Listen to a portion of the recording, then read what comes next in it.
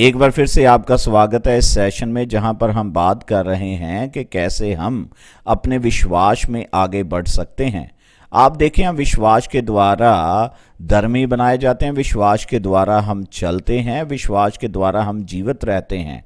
बात यह है कि विश्वास ही हमारे जीवन की मुख्य बात है और इसी के द्वारा हम जीवन जीते हैं। इसका क्या अर्थ है? इसका अर्थ है यीशु की ओर ताकते रहना, जो हमारे विश्वास का रचने वाला है, वही जो हमें विश्वास देता है, जो हमें विश्वास में बनाए रखता है। हम अपनी आंखें उसी के ऊपर लगाए रहते हैं ताकि हम उसमें बने रहें, उससे हम प्रेम कर सकें। और जब मैं यूनिवर्सिटी में स्टूडेंट था तब मैंने यीशु पर विश्वास किया। परमेश्वर ने मुझे बदल दिया और बहुत सी बातें थी जिन्होंने मेरी सहायता की, जिनके विषय में मैं चर्चा कर चुका हूं। सबसे पहले व्यक्तिगत रिश्ते आते हैं, जहां पर कोई आता है, आकर आपके साथ खड़ा हो जाता है और आपकी मसीह में बढ़ने में सहायता करता है। और पिछले सप्ताह हमने बात की थी एक छोटे समूह के विषय में, जिनके साथ आप बांट सकें, ईमानदार रह सकें, पारदर्शी हो सकें।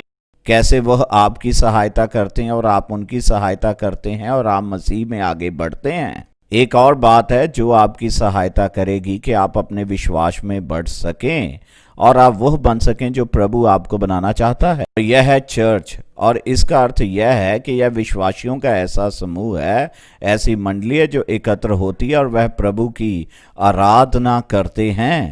यह एक व्यक्ति से भिन्न है और यह छोटे समूह से भी भिन्न है, क्योंकि यह विश्वासियों की देह है, यह विश्वासियों की बड़ी मंडली है। और अब मैं इस बात को समझता हूं कि कुछ ऐसे देश हैं जहां पर कलीसिया चलाने पर पाबंदी है।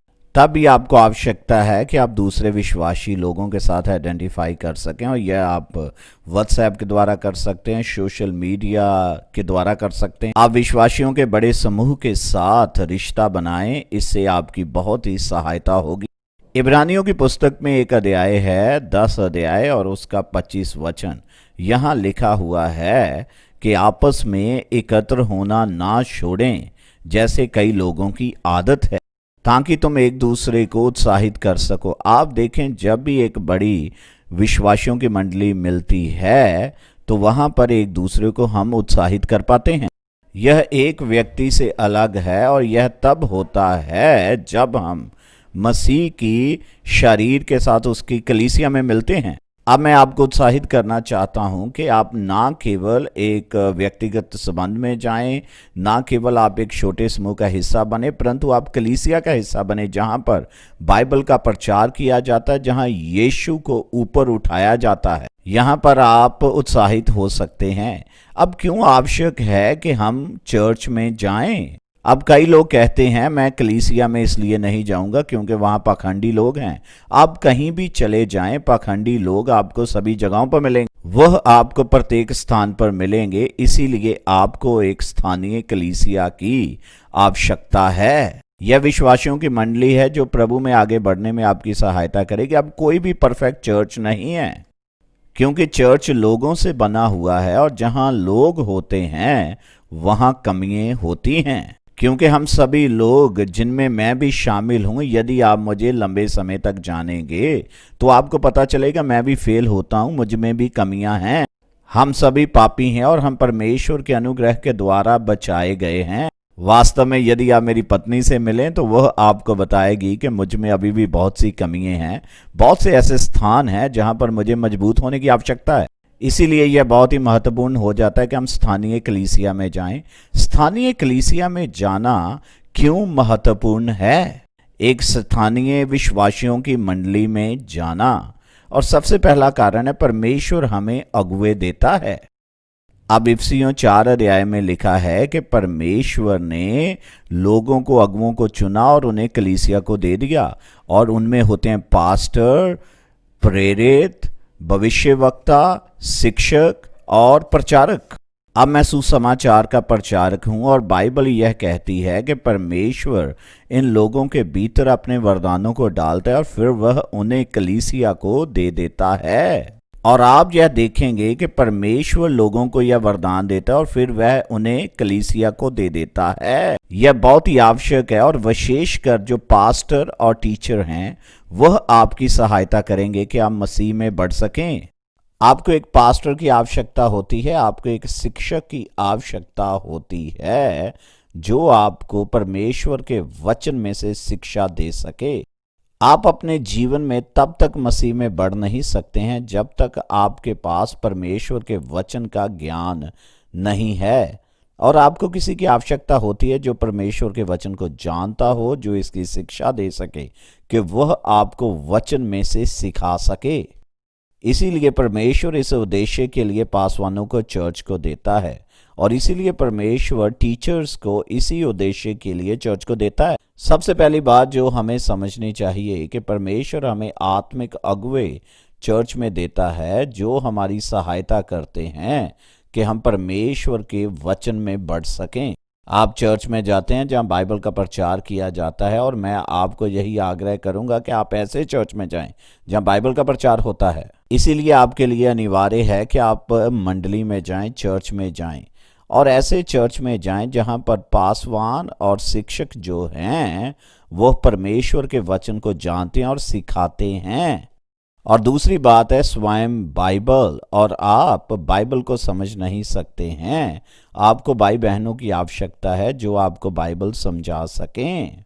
इसीलिए आप एक बाइबल को लें और आपके जो भाई बहन हैं मसीह में वह आपकी सहायता करेंगे बाइबल को समझने में। मैं सोचता हूँ ना केवल आप चर्च में जाएं परंतु ऐसे चर्च में जाएं जहां पर बाइबल का लगातार प्रचार किया जाता है। एक ऐसा चर्च जहां वचन को खोला जाता है। और आप देखें, मेरे लिए सबसे महत्वपूर्ण बात यह नहीं कि मैं क्या सोचता हूं परंतु वचन क्या कहता है। बाइबल परमेश्वर का वचन है और मुझे परमेश्वर के वचन को लेना चाहिए। बाइबल में लिखा है विश्वास सुनने के द्वारा आता है और सुनना मसीह का वचन होता है। इसीलिए जब आप बाइबल को सीखेंगे तो बाइबल आपकी सहायता करेगी कि आप वह व्यक्ति बन सकें जो प्रभु आपको बनाना चाहता है। और उसके पश्चात एक तीसरा बहुत महत्वपूर्ण मुद्दा है और वो है कि क्यों आपको चर्च की आवश्यकता है, और वो है आपको मसीह के शरीर से उत्साह प्राप्त करने की आवश्यकता है।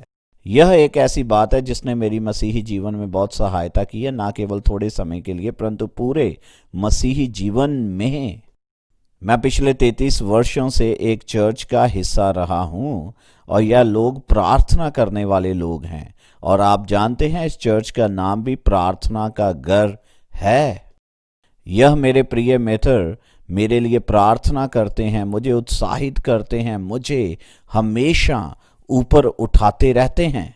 ऐसे कई समय थे जब मैं संघर्ष कर रहा था, जब मेरे जीवन बहुत जोखिम में था और मुझे धमकियां दी जा रही थी। कलीसिया ने मेरे लिए प्रार्थना की। ऐसे चर्च का, ऐसी मंडली का हिस्सा होना जहां लोग मेरे लिए प्रार्थना करते हैं, यहाँ लोग मेरे विषय में जानते हैं और मुझे प्रभु में उत्साहित करते रहते हैं। इसीलिए यह बात हमारे पासवान में पाई जाती है कि जब कोई चर्च में परेशान होता है, कोई संघर्ष करता है, तो वह पूरी कलीसिया को बुलाते हैं कि उस व्यक्ति के लिए प्रार्थना की जाए, उस व्यक्ति को उत्साहित किया जा सके। और यह बहुत, आप देखें, परमेश्वर के लोगों के साथ रहकर उत्साह मिलता है। और ना केवल यह है परंतु जब आप लोगों के साथ अपने हृदय को बांटते हैं और लोग अपने हृदय को आपके साथ बांटते हैं तो यह भी बहुत उत्साह का केंद्र बन जाता है। यह बहुत ही उत्साहित करने वाली बात होती है कि आप चर्च में जाते हैं, वहाँ लोग आपके साथ आराधना करते हैं, आप वचन को सीखते हैं, आप लोगों के साथ प्रार्थना करते हैं। जब लोग बांटते हैं कि यीशु मसीह उनके जीवन में क्या कर रहा है तो यह कितनी आशीष भरी बात होती है। और जब लोग अपने संघर्षों के विषय में बताते हैं, अपनी विजय के विषय में बताते हैं कि मसीह ने उनके जीवन में क्या किया, यह कलीसिया के उद्देश्य का एक हिस्सा है। और इब्रानियों उसका 10 अध्याय की 25 आयत यही तो कहती है। आप देखें, यहाँ वही बात तो कही जा रही है कि हम उत्साहित हों। और आप देखें जो यह अध्याय है, जय इब्रानियों 11 अध्याय से बिल्कुल पहले आता है और वह अध्याय विश्वास के योद्धाओं का अध्याय है।